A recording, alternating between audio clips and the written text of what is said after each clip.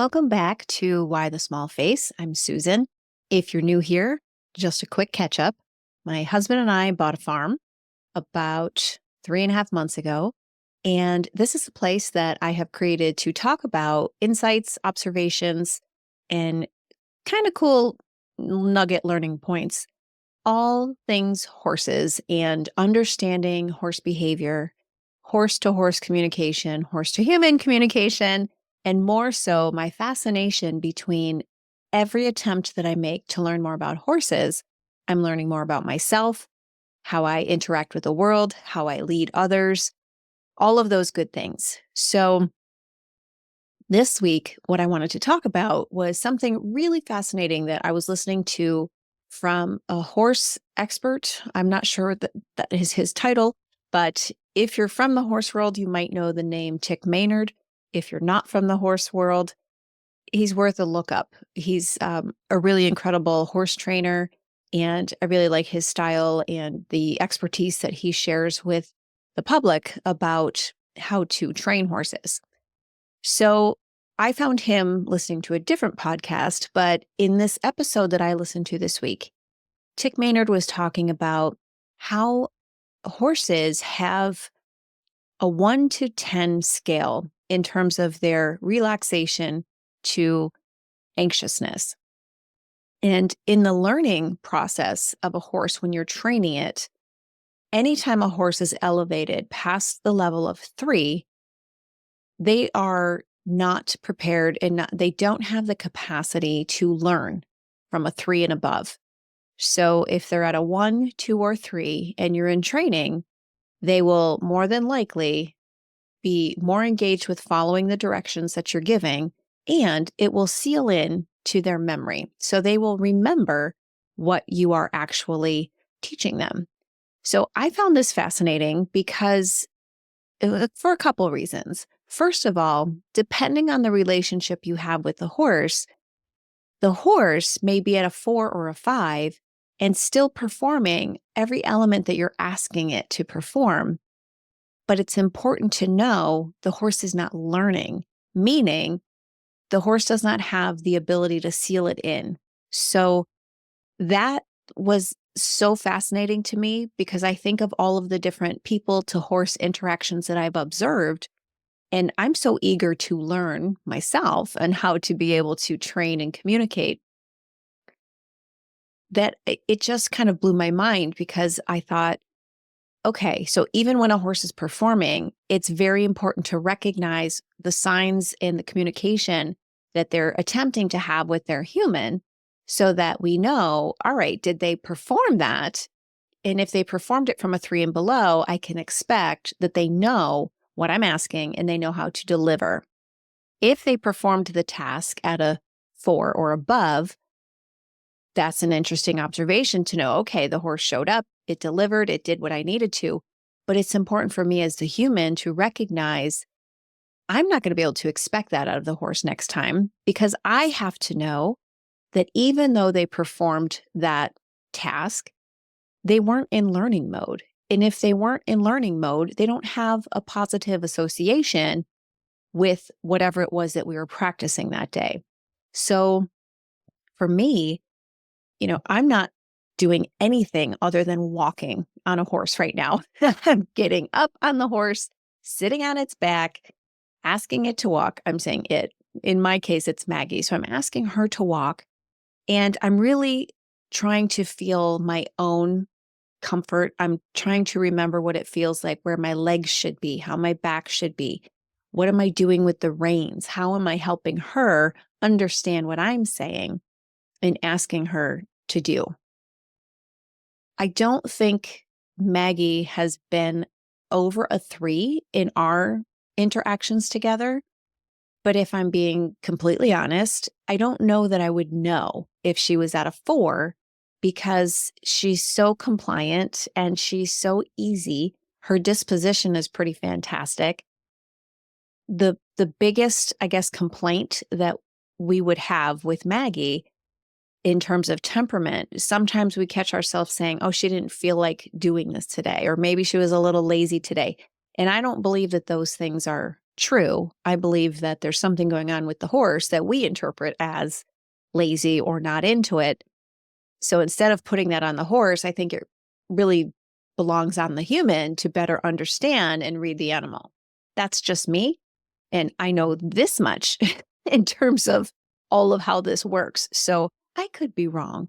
And that's okay. But that's the road that I'm heading down in trying to understand the best way to interact and form a really good, respectful relationship with our horses. So it got me thinking, when we are interacting with humans, so my friends who might be in the world of early education, not even early childhood education, but any kind of form of education. And then it doesn't just have to end in education. Think about even your workplaces when you're in conflict with someone.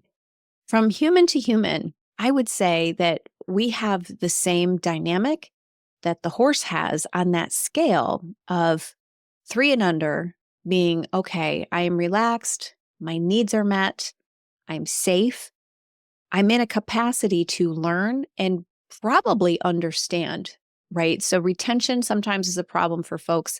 There are all kinds of learning abilities and disabilities that can impact someone's ability to learn. But the baseline of knowledge and being able to take in information, process it, remember it, and then apply it really does depend on how we're receiving that information. So this 1 to 3 scale thing was so fascinating to me that I thought right back to my years in early childhood education, being in a classroom with 3 and 4 year olds and watching the different groups of children interact and be involved with activities. And the ones who were more challenging than others.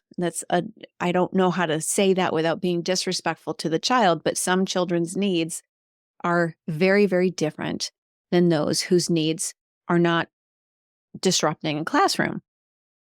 Some of those kids with the really high needs, you can just see that they're off the charts. If you had to imagine this scale of 1 to 10, calm to anxious, we had kids who would show up at an 8 some days, or maybe at a 10 some days, or maybe they were a 3 at home, and then the anxiety bumped up at drop off. So now we've got a child at a 5.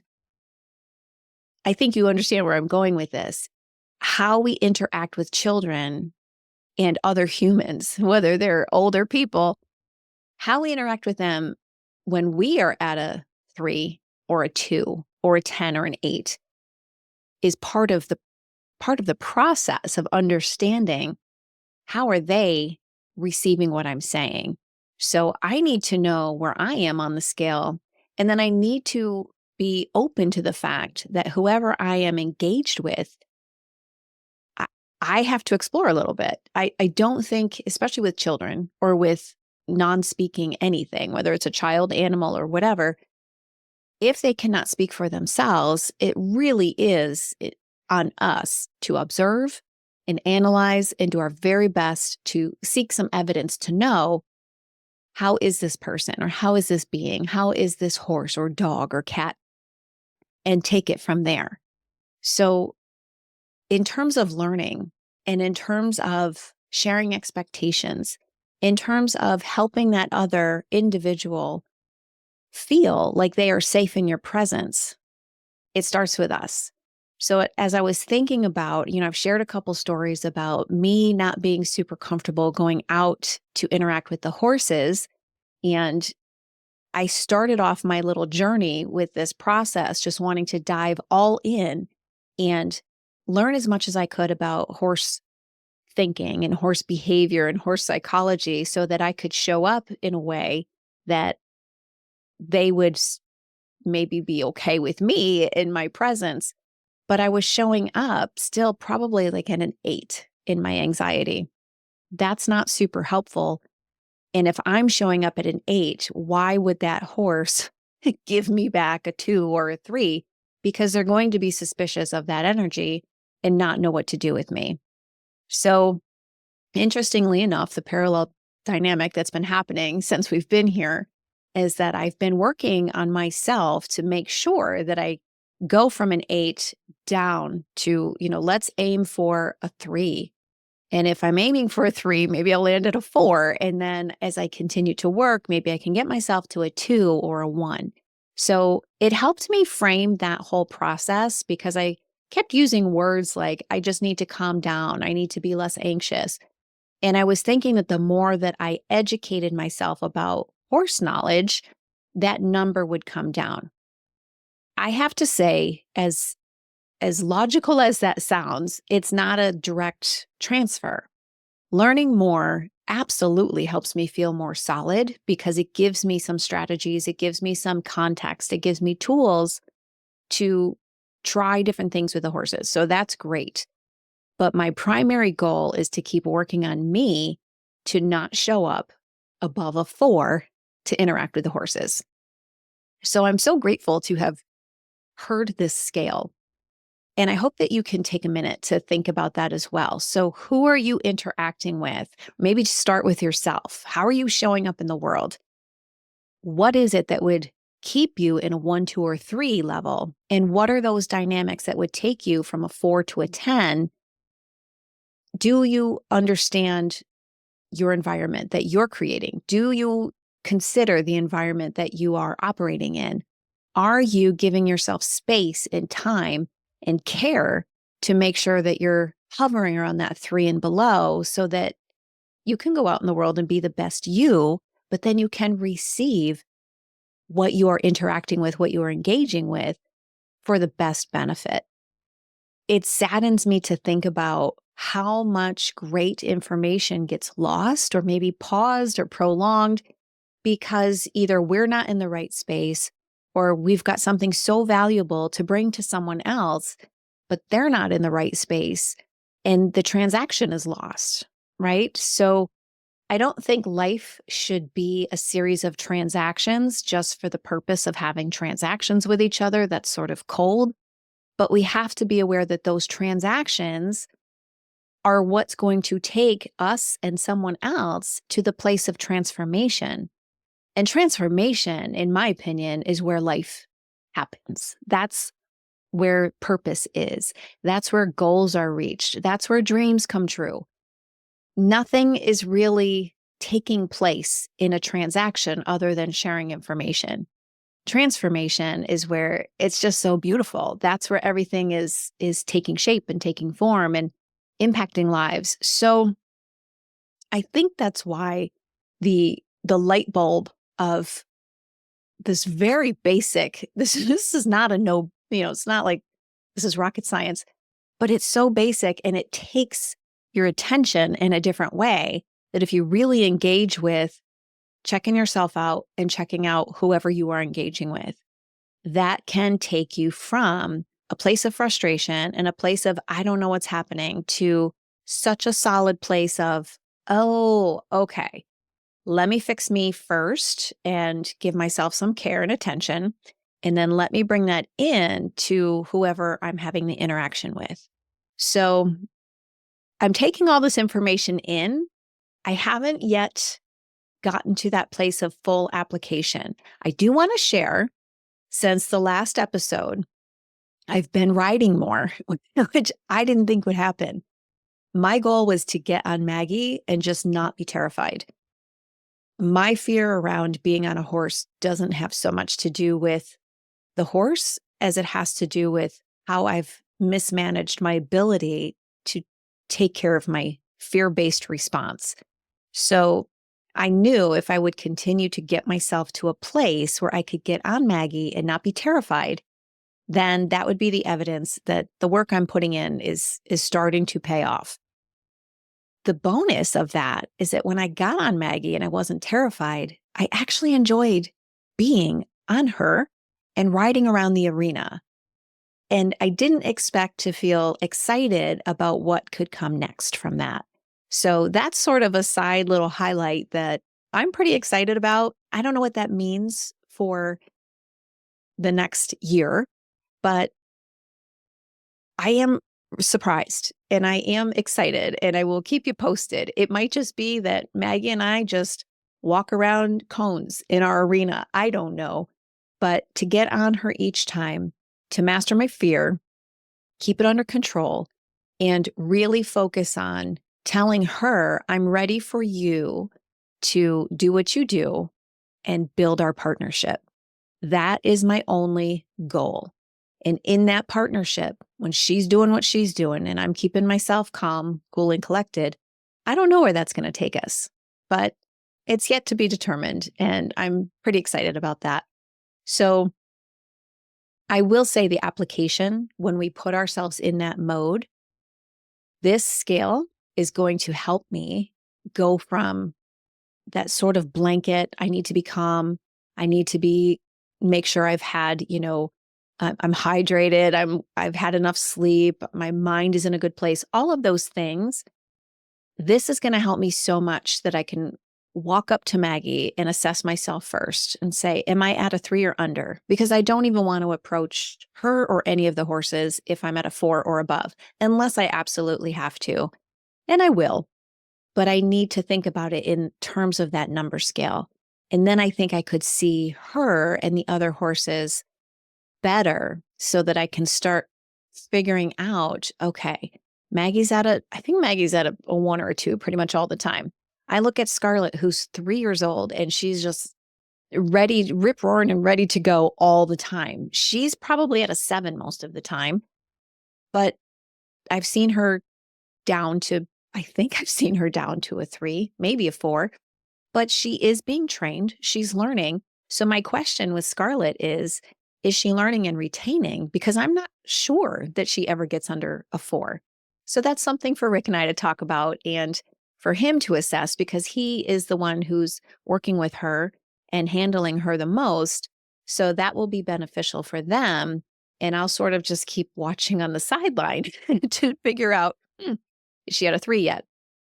So it's been a really interesting couple of weeks. I'm grateful. I'm so grateful that we live in a time and an age where we can find so much information, so many resources for free on the internet. The internet can get a really bad rap sometimes because you can find a lot of garbage, but it doesn't take much to find what you're looking for, seek it out, and get that transaction of learning, but then take it and apply it in your life so that you can have that transformational change where there's impact.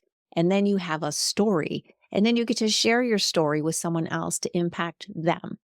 That is really what, in my definition of success and living well and healthy, that kind of sums it up. Do something fantastic. Do something that you get to learn. Do something that's changing your life for the better, and then share it with someone and be open to other people's stories and have that impact your life. That's just the beauty of sharing space while we're here on this earth. So before I go and leave you, I was so excited last time to share with you my Boot Barn piece of clothing. So today, by the way, I found out that there is a Boot Barn coming much closer to home than what we currently have. Our closest is 2 hours away, and the next closest is 3 hours away. So I believe we've got one coming about an hour and 15 minutes away. And I am so excited. Excuse me, the winter weather.